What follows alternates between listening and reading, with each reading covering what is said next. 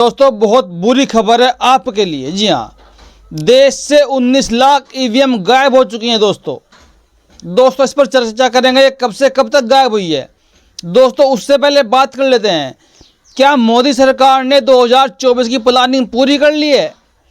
क्या 2024 का चुनाव मोदी सरकार जीत जाएगी? क्या ईवीएम सेट हो चुका है या फिर सेट होने वाला है? क्योंकि दोस्तों आपने देखा होगा, जो ईवीएम गायब हुई है 19 लाख, और हमारे देश के प्रधानमंत्री, उनका इस पर कोई बयान नहीं आया है।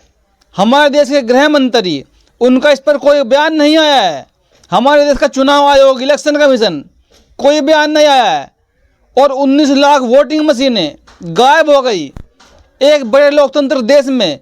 क्या हमारे देश का लोकतंत्र मरने वाला है, मिटने वाला है? दोस्तों देश के ऊपर बहुत बड़ा खतरा मंडरा रहा है।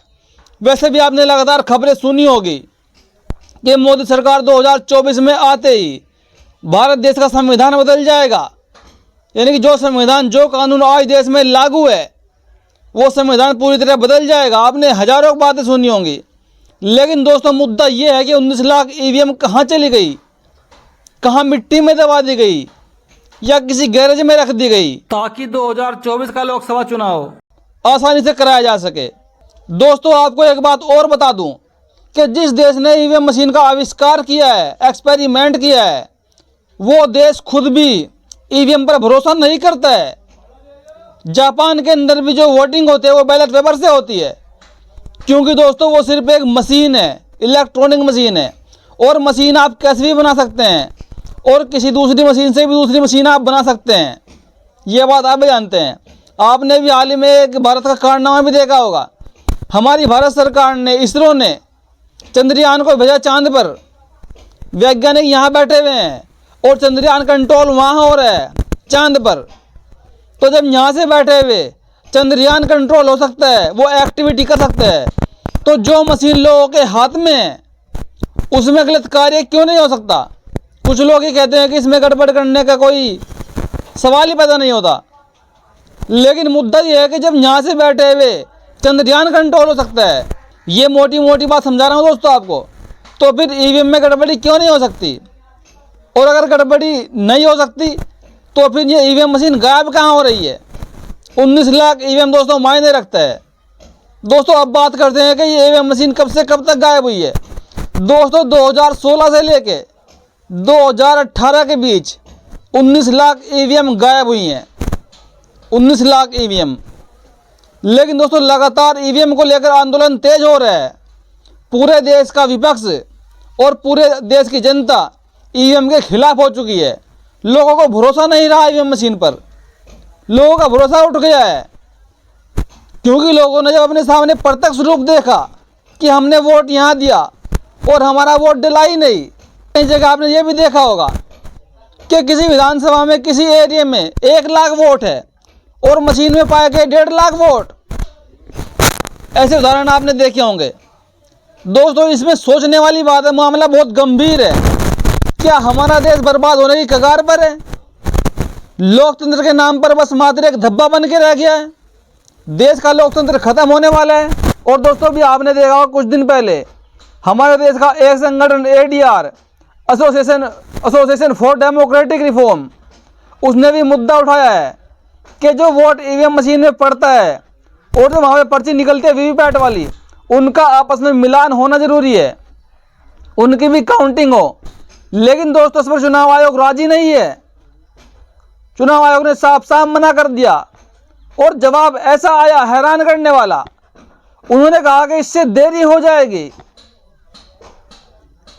इससे गड़बड़ी का खतरा रहता है।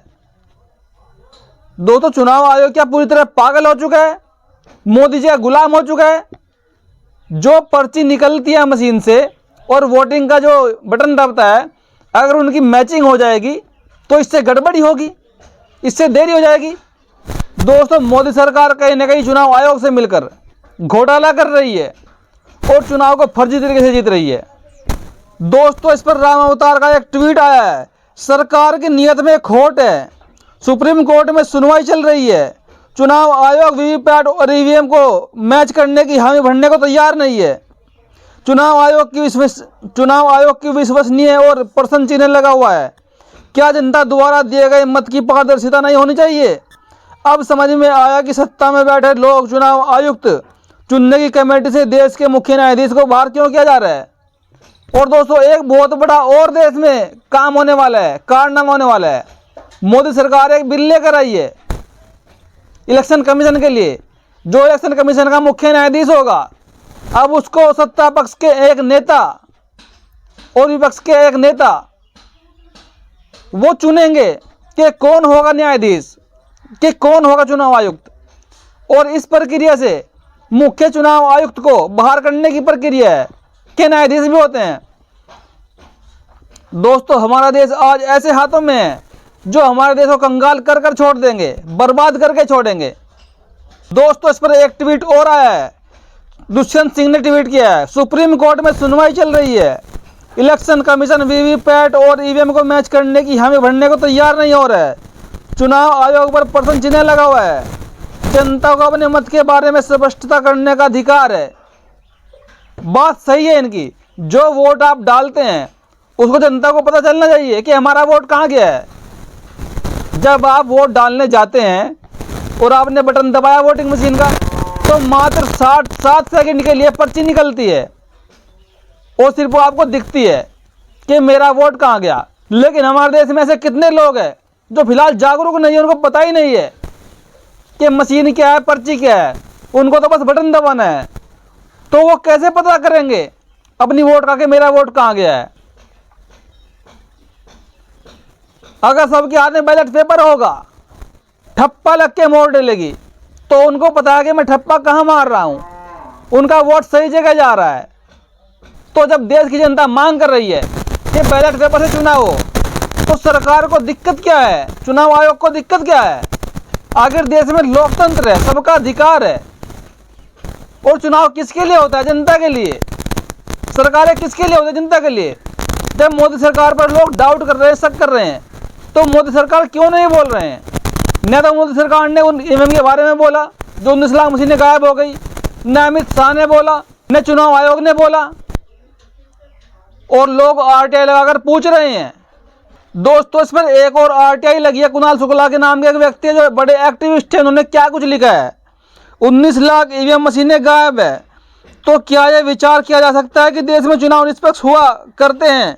अगर एक ईवीएम मशीन से 500 वोटों की भी हेराफेरी की जा सकती है, तो फिर यहाँ 19 लाख ईवीएम मशीनों का मामला है। मैंने आज नए आंकड़े जानने के लिए केंद्र सरकार से आरटीआई के माध्यम से पूछा है। Provide year wise information of missing और स्टोलन ईवीएम मशीन। उन्होंने साफ साफ पूछा कि मुझे जानकारी दीजिए जो हमारे देश से मशीनें गायब हुई हैं, चोरी हुई हैं, उनकी जानकारी मुझे लेनी है। मैंने आरटीआई लगाया है। कुणाल शुक्ला नाम के व्यक्ति है और ये बड़े एक्टिविस्ट है दोस्तों। लेकिन दोस्तों, मुद्दा ये है, क्या देश में चुनाव निष्पक्ष हो रहा है? इस पर तमाम पार्टियों ने भी प्रश्न चिन्ह लगाए हैं। बहन कुमारी मायावती जी ने सबसे पहले कहा है कि हमें इस पर भरोसा नहीं है। जब से देश में ईवीएम मशीन आई है, तब से हमारे देश का वोटिंग परसेंट, हमारी पार्टी का वोटिंग परसेंट घट रहा है। और जब तक मशीन नहीं थी, तब तक हमारी पार्टी का वोट परसेंटेज बढ़ता रहा है। और तमाम विपक्ष के नेता जैसे केजरीवाल हो गए, राहुल गांधी हो गए, अखिलेश यादव हो गए, तमाम लोगों ने धांधलेबाजी का आरोप लगाया। और जनता तो बोलती ही रहती है, हर दूसरा व्यक्ति बोलता है इसके बारे में कि वोट आप कहीं भी डाल दीजिए, खिलेगा तो फूल ही, खिलेगा तो कमल ही, यानी कि आपका वोट जाएगा तो मोदी जी को ही। ये मुहावरा फेमस हो चुका है कि वोट कहीं भी डाल दीजिए, वोट तो मोदी जी के पास ही जाएगा। आप हाथी का बटन दबाओ, आप साइकिल का बटन दबाओ, आप पंजे का बटन दबाओ, आप आरी का बटन दबाओ, आप केतली का बटन दबाओ, लेकिन वोट तो काउंट होगा मोदी जी की पेटी में ही, क्योंकि मोदी जी जादूगर हैं। और लोग तो ये भी आरोप लगाते हैं कि जो मोदी जी बाहर जाते हैं हर महीने घूमने के लिए, वो देश के लिए नहीं जाते हैं, चुनाव जीतने की ट्रिक जानने के लिए कि कैसे कैसे देश में चुनाव जीता जाता है धोखाधड़ी से। लोग ये भी आरोप लगा चुके हैं।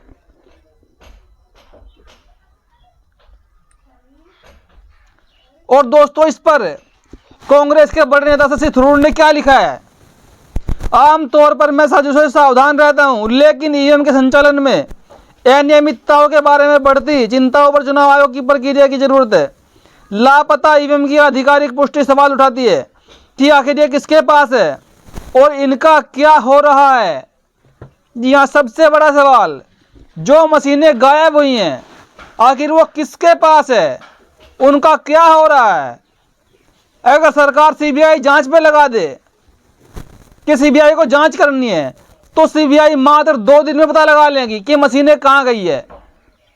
लेकिन कोई आदेश उनको दे तब ना। दोस्तों आपने कहावत सुनी होगी कि चोर चोर मुंह से रे भाई।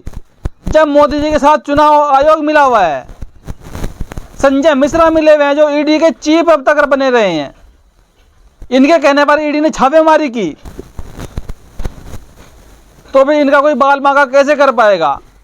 चाहे ये कुछ भी घोटाला कर ले, चोरी कर ले, एवं चोरी कर ले, देश का पैसा लूट ले।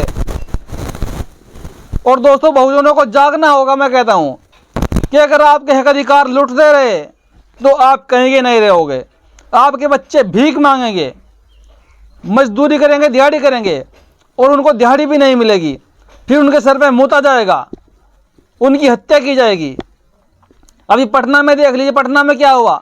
2 दिन पहले खबर है, एक जवान 20 साल के लड़के को मात्र इसलिए मार दिया गया चाकू से गोद कर कि वो दिहाड़ी पर नहीं गया। वो दिहाड़ी पर नहीं गया, अगले दिन उसको मार दिया गया। ऐसे हालात देश में वर्तमान में पैदा हो रखे हैं। राजस्थान के अंदर कैसे हमारे देश में शिक्षा के नाम पर बच्चों के साथ उत्पीड़न हो रहा है। किसी की आंखें फोड़ दी जा रही है, किसी की हत्या कर दी जा रही है, किसी के सर पे मूतते हैं बीजेपी के नेता शराब के नशे में, किसी को थूक चटवाया जा रहा है। दोस्तों जब तक सत्ता आपके हाथ में नहीं होगी तब तक आप कुछ नहीं कर सकते। जो आपका हक अधिकार है वो ऐसे ही लुटता रहेगा, आप बर्बाद होते रहिए। लेकिन दोस्तों मुद्दा ये नहीं था हमारा आज का। मुद्दा था कि मशीनें कहां गायब हो गई। जब मोदी जी से जनता गुहार लगा रही है कि देश में चुनाव निष्पक्ष कराया जाए, तो मोदी जी क्यों नहीं करवाते हैं। और चुनाव आयोग कह रहा है कि हम पर्ची गिनती नहीं करवा सकते, इससे देरी होगी। अरे आप 20 की जगह 40 दिन लगाइए, गिनती करवाइए। आप टाइम का क्या है, जब 20 दिन बीतते हैं तो 40 दिन बीत जाएंगे।